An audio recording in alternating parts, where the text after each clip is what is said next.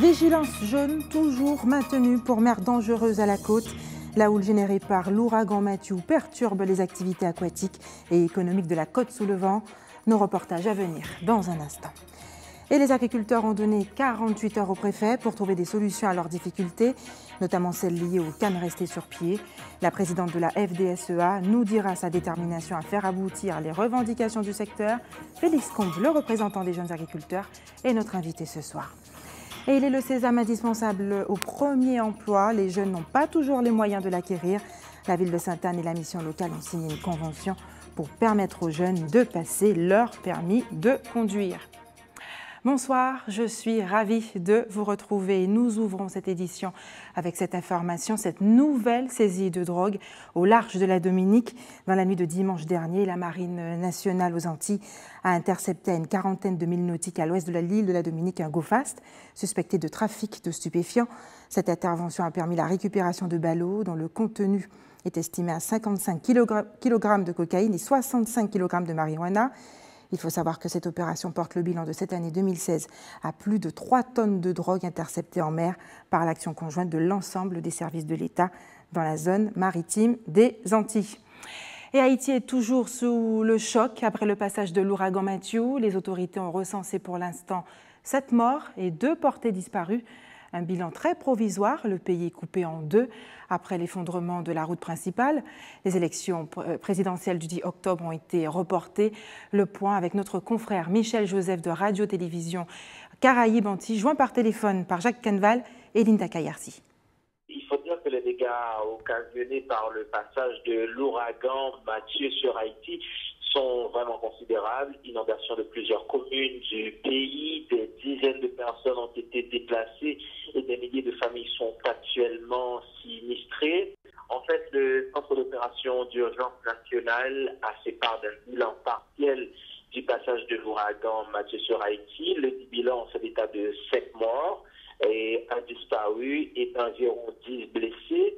Les inondations occasionnées par Mathieu ont conduit près de 14 500 individus à se déplacer volontairement ou par instigation des autorités et près de 2703 familles sont également sinistrées.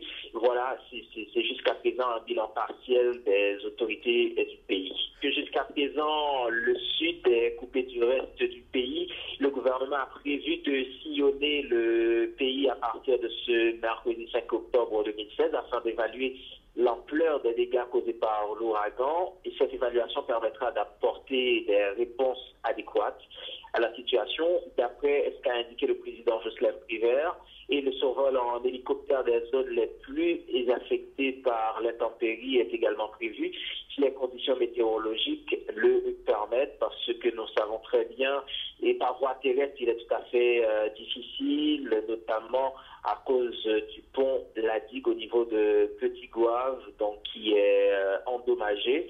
Et si Mathieu s'est éloigné des côtes haïtiennes, le Centre national de météorologie prévient des risques de pluie imminente. Les mesures de prudence donc sont toujours maintenues et la population est donc appelée à la prudence et à respecter les consignes de sécurité comme l'a indiqué le ministre de l'Intérieur, Annick-François Joseph. La partie ouest d'Haïti n'a pas été vraiment touchée et par le passage de l'ouragan Mathieu sur Haïti. La situation est beaucoup plus déplorable dans le sud, de la Grande-Anse, le Grand Sud et la Grande-Anse. Donc à Port-au-Prince, donc dans l'ouest, il y a pas vraiment trop de dégâts et lors du passage de l'ouragan. À Cité-Soleil, donc c'est comme à Port-au-Prince, il n'y a pas vraiment d'inondation, donc il n'y a rien à déplorer. Les élections sont officiellement reportées à une date ultérieure et c'est officiel. Le Conseil électoral provisoire l'a annoncé aujourd'hui même lors d'une conférence de presse. Et ce soir, l'ouragan Matthew progresse vers les États-Unis où l'évacuation des côtes est en train de s'organiser. La Guadeloupe est toujours placée, elle, en vigilance jaune pour mer dangereuse à la côte. Si la houle reste encore peu visible, elle perturbe néanmoins les activités aquatiques et économiques de la côte sous le vent. Reportage Nathalie Dinan, Patrick Curie, Moïse Dexter. Nous sommes à la ferme aquacole, malheureusement pas pour une visite de découverte. La structure d'élevage en milieu aquatique a subi des dégâts dus à la houle générée par la tempête Matthew. De lourdes conséquences pour l'activité de la ferme. On en a eu deux difficultés. Une première, un risque de forte houle cyclonique due au passage de Matthew directement la semaine dernière. Donc on a été obligé d'immerger nos cages d'élevage de poissons, on en a 4. Donc on les a descendus à 18 mètres de profondeur en cas de houle cyclonique pour pas que le matériel soit impacté et le cheptel. La deuxième grosse difficulté qu'on a eue, c'est une houle à la côte qui nous a bouché nos pompages d'eau de mer pour notre écloserie, pour nos jeunes poissons, les alevins. Ça a été même notre plus grosse difficulté, 2 pompes qui ont dépéri en seulement une semaine, dû à des problèmes sur des crépines avec beaucoup de déchets relevés par cette houle en côte. Les jeunes alevins sont en souffrance à cause d'un manque d'oxygène. Aujourd'hui, malheureusement, avec la houle résiduelle de Matthew, on a eu un problème sur ce pompage mer, donc un arrêt de notre arrivée d'eau sur nos poissons, plus assez d'oxygène et une petite perte aux alentours de 2-3%, ce qui reste relativement faible. Mais les collègues étaient là et ont réussi à avoir ça suffisamment tôt et à régler le problème. Les alevins doivent tenir encore une vingtaine de jours avant d'être immergés dans des cages en pleine mer où ils auront plus d'espace. Et autre victime collatérale du mauvais temps, les professionnels liés aux activités nautiques de la plage de Malandure. On regarde le reportage de Patrick Curie, Moïse Dexter et de Nathalie Dinal. Depuis une semaine, les activités maritimes sont réduites. Le phénomène Matthew est passé par là. Les suites de la tempête rendent difficiles les sorties en mer. On ne fait pas l'activité, on est là et on fait les réservations pour les prochains jours. Mais, après, ça dépend des activités et puis du niveau des gens aussi. Hein. Mais là, aujourd'hui, c'est sûr que quel que soit le niveau, c'est pas possible. Et demain, on verra, c'est un autre jour. C'est au jour le jour. Hein.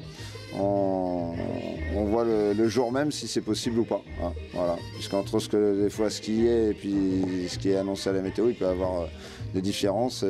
Et puis selon les activités aussi. Hein, on a des activités qui sont près de la côte, comme le scaphandre sous-marin. Donc là, forcément, quand il y a de la houle, ça nous gêne plus. Des activités où on part en bateau pour faire du palmasque et tuba, on est un petit peu plus éloigné de la côte, ça peut être moins gênant.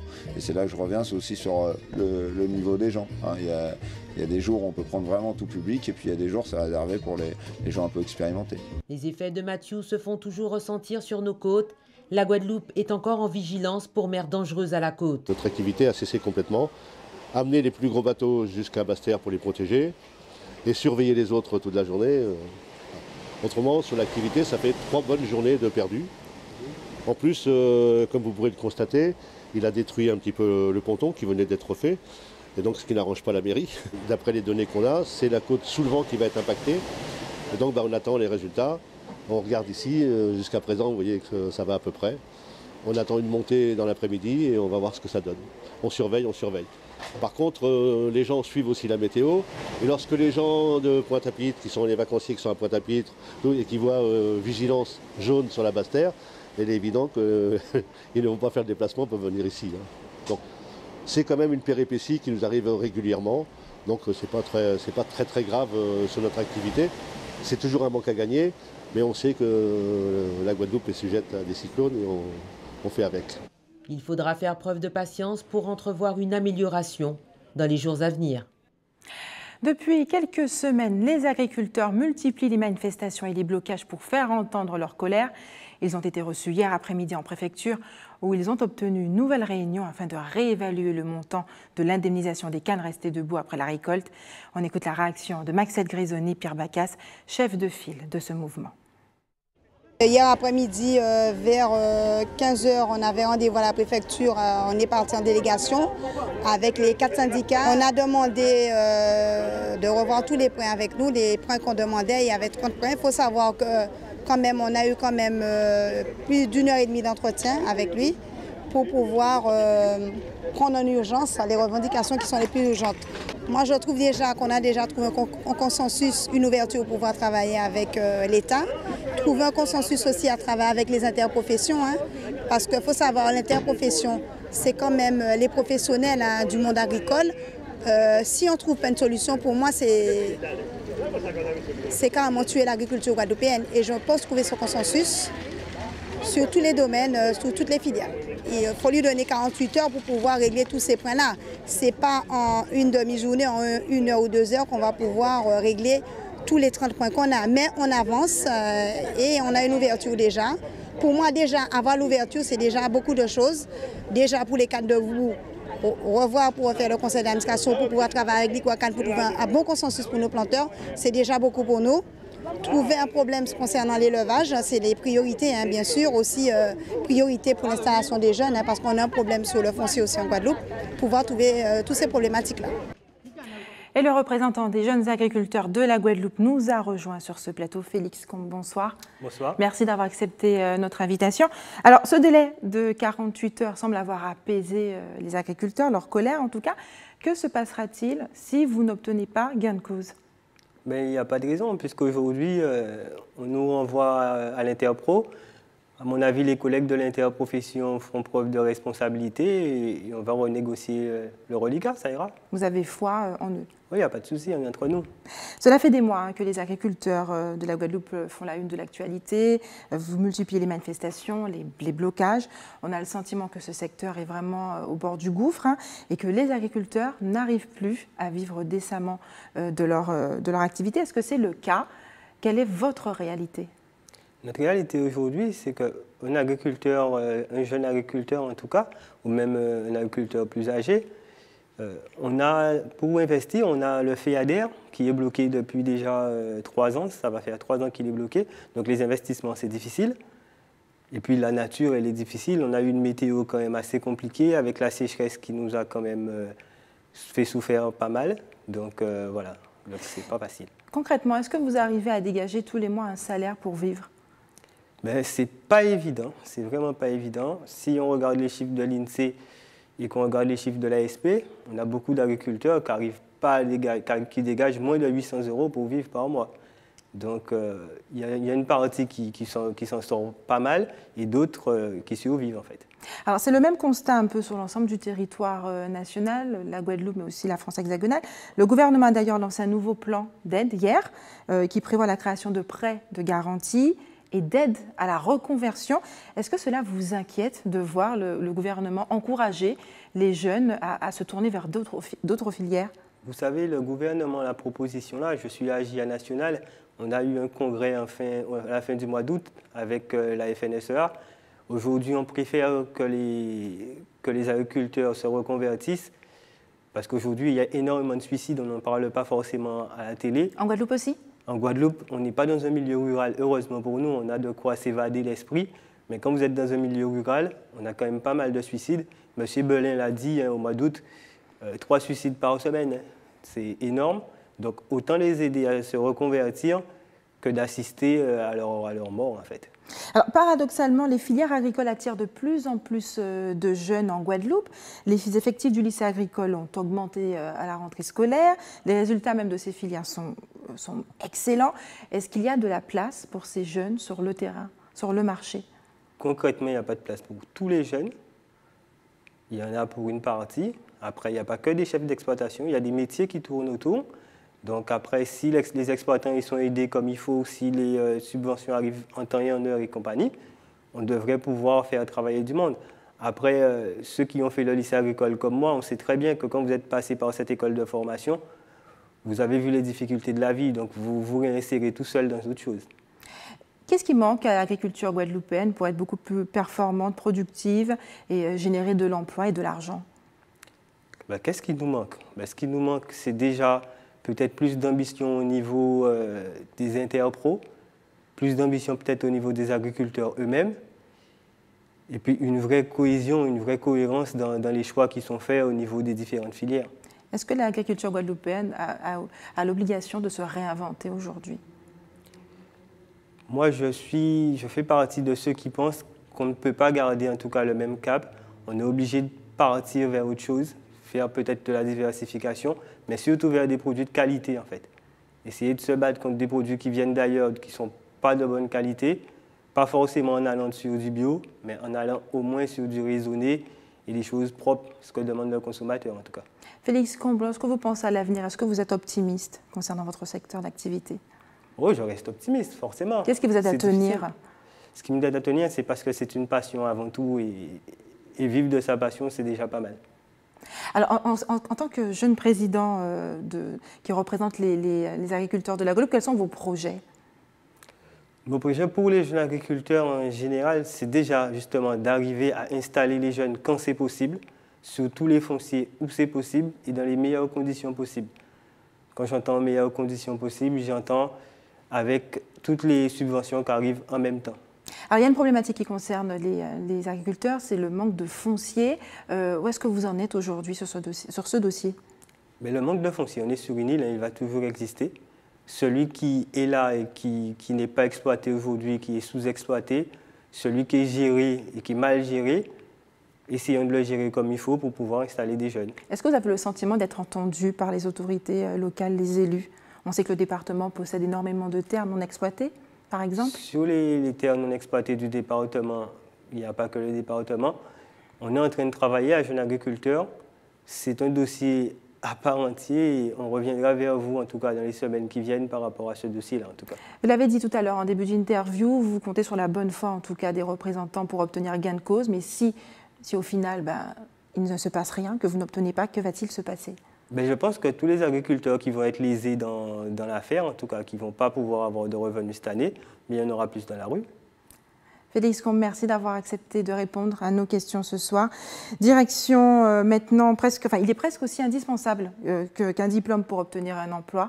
Vous imaginez que je parle du permis de conduire. Pour aider les jeunes à acquérir ce sésame, la ville de Sainte-Anne a mis en place un dispositif spécial. Avec la mission locale, on regarde le reportage d'Isabelle Hamou. Le permis de conduire, un atout indispensable pour l'emploi et la formation de ces jeunes. Ils ont entre 18 et 25 ans et ont un projet professionnel pour lequel l'absence du permis est un frein à l'embauche. Depuis mon retour de métropole, c'est-à-dire que la réalité, en fait, c'est qu'en Guadeloupe, sans permis, on ne peut pas accéder à l'emploi. Parce que niveau transport, on ne peut même pas compter dessus parce que c'est pas quelque chose de fiable. Et puis bon, en même temps, c'est un cercle vicieux parce que l'employeur a besoin de quelqu'un qui soit ponctuel. Et en même temps, si on n'a pas le permis, on ne peut pas être ponctuel. En fait, moi, je suis dans le secteur d'employé de commerce. Donc, je cherche une formation actuellement en tant qu'employé de commerce. Les critères de sélection sont stricts. Il faut relever du parcours 1000 initiatives emploi et avoir un projet professionnel dans des domaines précis. Les jeunes bénéficieront d'un accompagnement pour optimiser leur accès à l'emploi ou à la formation. L'aide au permis de conduire se réalisera sous preuve d'un contrat de travail ou d'une attestation de formation. Il y a un parcours à suivre, notamment en termes de formation, d'ateliers, parce que l'objectif, c'est de créer l'employabilité de l'individu sur un an, c'est de faire en sorte que ce jeune, lorsqu'il rentre avec un certain nombre d'une certaine façon, mais qu'à la fin, que le jeune soit totalement armé pour pouvoir être prêt à l'emploi. Une partie de la bourse au permis sera versée directement à l'auto-école par la mairie pendant 4 ans. L'inscription à l'école de conduite est à la charge du demandeur. Le coût total du dispositif s'élève à 33 216 € pour l'année 2016. Direction le campus de Chelcher en Martinique maintenant, qui accueillait la 6e édition du Forum des métiers et des carrières, un événement organisé par l'Université des Antilles et le groupe GBH en partenariat avec Contact Entreprise. Plus de 350 étudiants ont fait le déplacement. Le reportage d'Anaïs Gall d'ATV Martinique. Devant la salle d'entretien, Héloïse appréhende un peu. Le Forum des métiers, c'est pour elle l'occasion de décrocher un emploi. Je suis actuellement en 2e année de licence d'anglais et je serai intéressée afin de travailler dans la grande distribution. Les échanges sont rapides mais encourageants. La jeune femme ressort confiante. Parfois, lorsqu'on dépose nos CV ou lettres de motivation dans les grandes distributions, souvent on n'a pas de réponse. Ici, on voit directement le DRH, il nous voit. Bon, il marque aussi notre nom, notre prénom. Donc peut-être que lorsqu'il verra notre lettre de motivation et notre CV, peut-être que ça va tilter. Devant la porte, la file d'attente est de plus en plus longue. Comme Héloïse, les futurs actifs sont venus nombreux. Tous n'espèrent pas forcément décrocher un emploi, mais au moins faire leur premier pas dans l'entreprise. Nous faisons des entretiens de 10 minutes à quart d'heure où nous principalement leur demandons quel est leur projet professionnel, est-ce qu'il est déterminé, est-ce qu'il est en cours de construction. Et l'occasion de ces rencontres nous permet d'échanger avec eux pour affiner leur projet. Avant d'échanger avec les employeurs, certains préfèrent rebooster leur confiance. Un atelier de simulation d'entretien permet de préparer au mieux à l'exercice. Je leur décris déjà comment ça se passe en général, pour pas qu'ils aient de surprise et d'appréhension la première fois qu'ils rencontrent un employeur. Et puis, je leur donne des conseils sur, en fonction de leur CV, comment mettre en valeur leurs différentes expériences. On sera jugé sur notre aspect physique, notre façon de parler, notre élocution. Et je pense que c'est ça qui va faire la différence justement à la concurrence par rapport aux autres. Au total, plus de 90 entreprises sont représentées sur le Forum des métiers. Pour GBH, co-organisateur de l'événement, c'est une manière de stimuler la motivation. Un territoire, un pays comme la Martinique ne peut se développer et être performant qu'avec une jeunesse bien formée, passionnée, qui s'implique. Et si on peut, à travers ce type de manifestation, donner un maximum envie à ces jeunes de nous rejoindre, de rejoindre le monde de l'entreprise en général, pas que GBH, le monde de l'entreprise en général, alors c'est le but que nous recherchons. Tout au long de la matinée, les étudiants ont pu assister à des conférences sur différents corps de métier. Si le marché du commerce semble très prisé, ce n'est pas forcément le secteur le plus porteur en Martinique. Je pense notamment au secteur de la banane, par exemple, qui est en souffrance de recrutement alors que c'est une filière d'excellence et qui aujourd'hui propose des emplois qualifiés. Il y a des voies nouvelles comme ce qui relève de l'économie bleue, tous les métiers liés à la mer. Tous les métiers liés au service à la personne et avec des niveaux qualifiés également. Il y a des métiers très porteurs sur les objets informatiques connectés. Il y a le secteur de l'agroalimentaire qui est un secteur potentiellement où la Martinique a une excellence du point de vue de ses entreprises sur ce secteur. Le challenge pour l'université, proposer des formations en adéquation avec les besoins du marché local, mais plus largement international. Restez avec nous dans un instant. Découverte de l'équitation au centre équestre de Vallombreuse de Petit-Bourg. Et puis ils sont parfois oubliés. Mais dans le cadre de cette semaine bleue, les personnes âgées à mobilité réduite ont reçu une visite surprise. Aujourd'hui, nous le verrons tout à l'heure. Mais avant, ils sont les plus proches des malades. Les aidants familiaux bénéficient de quelques compensations financières pour les encourager dans leurs tâches. À l'occasion de la journée nationale qui leur était dédiée aujourd'hui, nous avons souhaité savoir ce que vous pensiez de leur statut. Pensez-vous qu'il faille créer un vrai statut pour ces derniers? Linda Kayarsi vous a posé la question, on vous écoute. Je pense que c'est une excellente chose, en fait, puisque nos grands-parents, quand vraiment ils sont très malades et qu'il faut s'en occuper, c'est une charge. Et je peux vous assurer que c'est une grosse charge. Donc, si la personne doit, dans un premier temps, arrêter de travailler, diminuer sous son travail, il faudrait quand même qu'on pense à l'aider. Et je pense que nos aînés en ont besoin. Ah ben oui, il le faut. Je crois qu'il faut vraiment créer un statut aux aidants familiaux. Mais à savoir, quoi vous dire, je ne sais pas. Et pourquoi il faudrait créer ce statut? Ben, il faut créer ce statut parce que c'est pour aider les personnes qui s'occupent des personnes âgées. Parce que moi j'ai mon papa qui a 85 ans. Et puis, je suis seule à m'occuper de lui. Heureusement pour moi qu'il est quand même autonome. Ça m'aide. Mais je me dis tout le temps dans ma tête, le jour où papa ne pourra plus rien faire, qu'est-ce que je vais faire? Et là, je fais ça gratuitement parce que j'ai demandé de l'aide à personne, parce que je peux le faire, je ne travaille pas. Mais imaginez-vous si je travaillais et il arrive quelque chose à mon père, qu'est-ce qu'on fait? Il n'y a que moi qui m'occupe de lui. Donc il faut aider les gens qui sacrifient un petit peu une partie de leur vie pour s'occuper de leurs parents. Oui, qu'il fallait installer un statut pour ces aidants. Statutairement parlant, il doit être un butin pour ces gens-là. Pour qui butin? Parce que c'est des gens qui n'ont pas de famille, ils sont obligés à aller dans un centre ou alors occuper de leur casaillot. Il faut l'État aider à payer ces bidons-là. Il faut mettre en statut, c'est ça qu'il va faire, occuper des gens. Surtout que ça demande des temps. Ça demande des temps, mais il faut faire. Même il demande des temps, mais il faut faire. Parce que même on peut demander des temps. On oiseau, petit cachet, petit beau chat, il a fait ni chat. Les parents, on en a une maman et un papa. On ne peut pas en avoir 2, 3, 4. Hein? Donc il faut s'en occuper, il faut les chérir jusqu'au bout. On est maman jusqu'à la mort. Et je me demande même après là-bas aussi, on n'est pas maman. Donc on est enfant aussi jusqu'à la mort. Tant qu'on est vivant, on doit s'occuper de ses parents. Ils sont devenus de véritables livres de chevet. Les manuels sur le développement personnel prennent de plus en plus de place sur les étagères des librairies.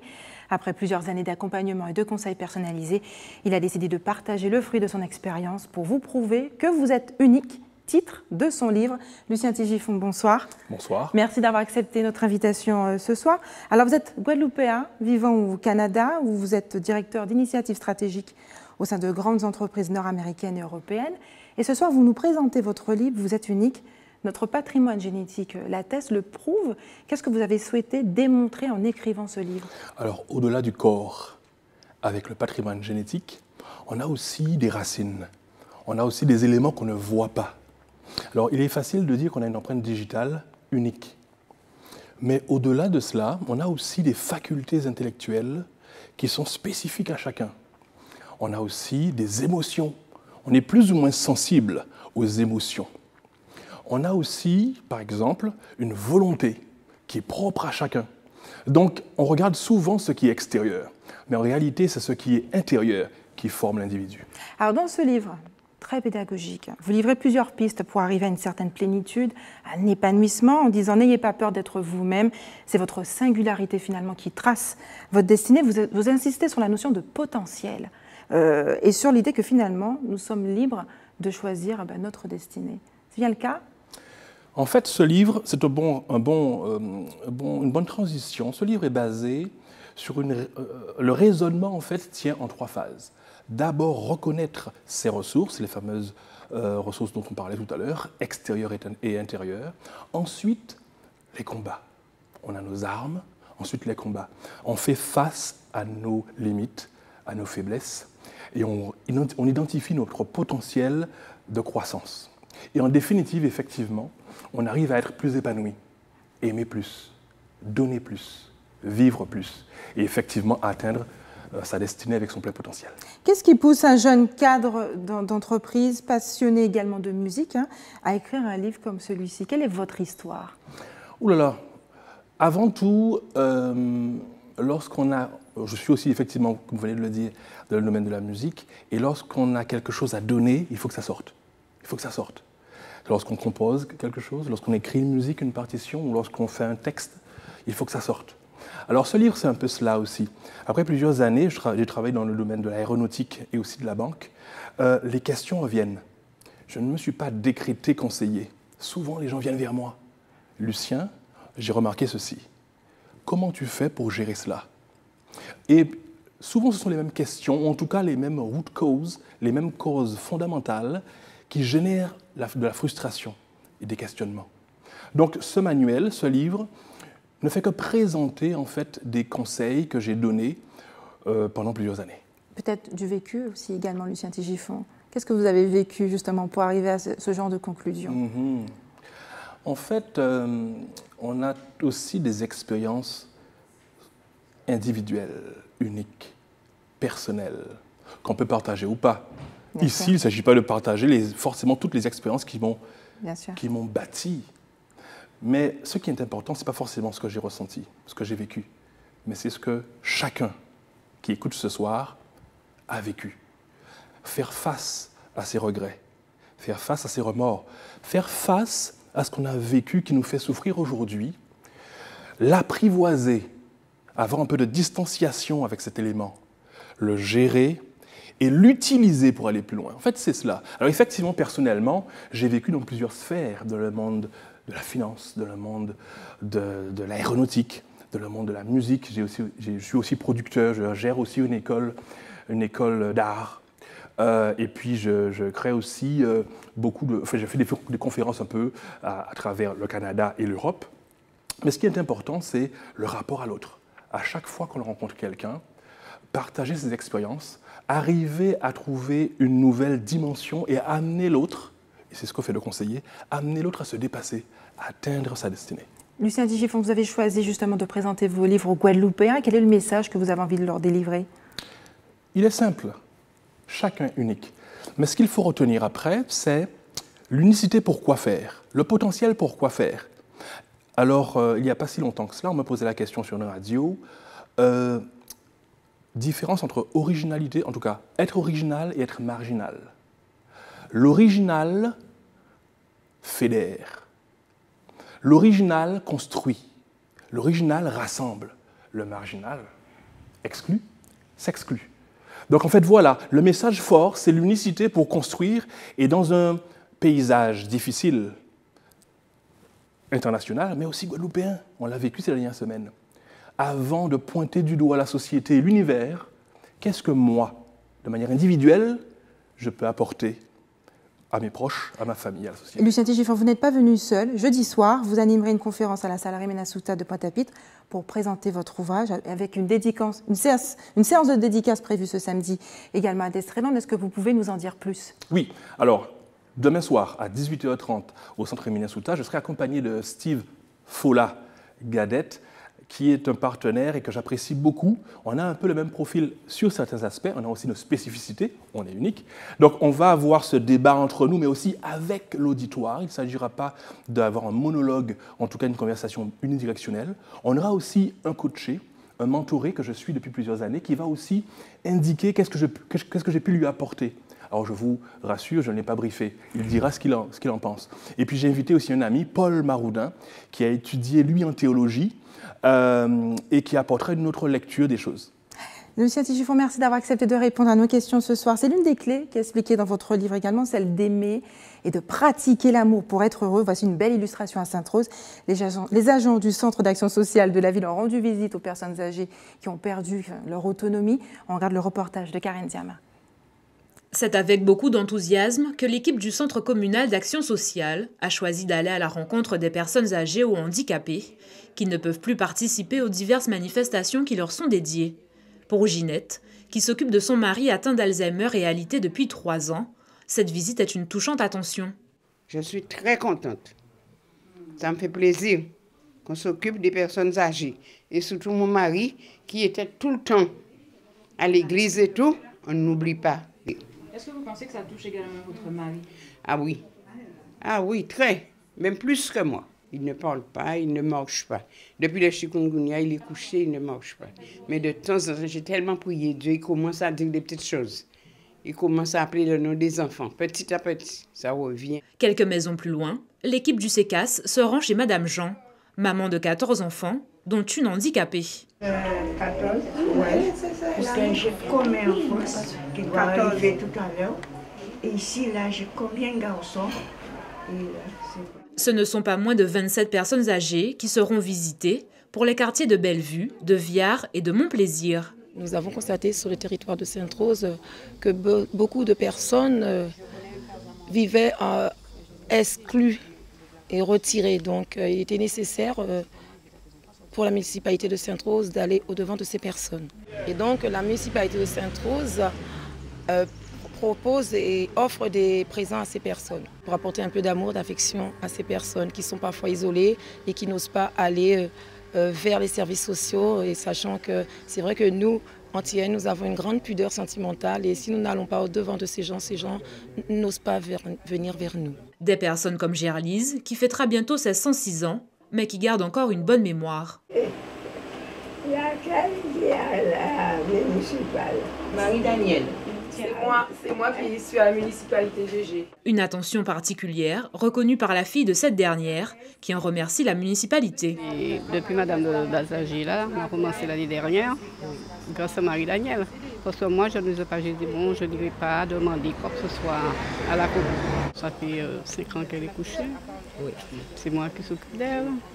Et étant donné ma situation, je suis malade, on était obligé de donner des infirmières pour faire la toilette 2 fois par jour. Ces visites accompagnées de présents continueront toute la semaine afin de porter du baume au cœur à ces personnes âgées, à mobilité réduite, qui se sentent parfois oubliées. Et cette journée a été placée sous le signe du recueillement spirituel pour les communautés noires-marrons de Saint-Laurent et du Suriname en Guyane. Elles étaient rassemblées pour une cérémonie traditionnelle. Dans leur pensée, la lutte contre la violence. Le reportage d'Elsa Gonzalez d'ATV Guyane. En ouverture de cette journée de cérémonie, un jeune chaman arrive en tenue traditionnelle, chantant l'histoire de ses ancêtres. C'est le début de la prière initiée par le chef coutumier de Cayenne. Donc nous, comment on priait, on versait l'eau au sol et sur une roche qu'on a préparée depuis ce matin. Donc c'est là-dessus qu'on va verser l'eau. Ensuite le rhum et après la bière qui va suivre, ainsi de canadou et de limonade. Une fois le mélange versé sur la pierre, chaque chef coutumier de chaque tribu boit la mixture. Cette prière s'adresse aux ancêtres. Elle vient en réponse aux problèmes de violence que rencontre la population aujourd'hui. Cette prière consistait aux problèmes qui se passent aujourd'hui dans le monde, en Guyane, et notamment avec les Bushinengue. Quand je dis Bushinengue, c'est tout confondu. On n'a pas de différence, quel que soit amérindien, Bushinengue ou même des métropolitains, des créoles et tout. Donc on prie pour tout le monde. L'occasion pour la population bushinengaise de se réunir et d'échanger. L'ordre du jour, l'élection du nouveau chef coutumier qui doit remplacer le feu Pierre Neyman. Il y a le rôle du capitaine Pierre Neyman et il y a aussi d'autres capitaines qui doivent être nommés. Voilà. Mais pour ce faire, il faut plusieurs réunions. Donc, les capitaines se réunissent pour discuter entre eux, voilà, pour trouver les bonnes personnes pour mettre en tant que nouveau capitaine de Saint-Laurent-du-Maroni. Une concertation de la population qui durera jusqu'à tomber sur un accord. Des réunions se tiendront cette semaine à Saint-Laurent-du-Maroni, puis sur le fleuve jusqu'à Papa-Icheton. Depuis 6 ans, le centre équestre du domaine de Vallombreuse-à-Petitbourg accueille enfants et adultes pour découvrir la pratique de l'équitation, une discipline très appréciée par les enfants qui, eux, sont toujours en quête de nouvelles sensations. Isabelle Hameau s'est prêtée au jeu. J'aime le cheval, j'aime galoper, j'aime aller au trot, au pas, j'aime ça. Brosser les cheveux et les sceller.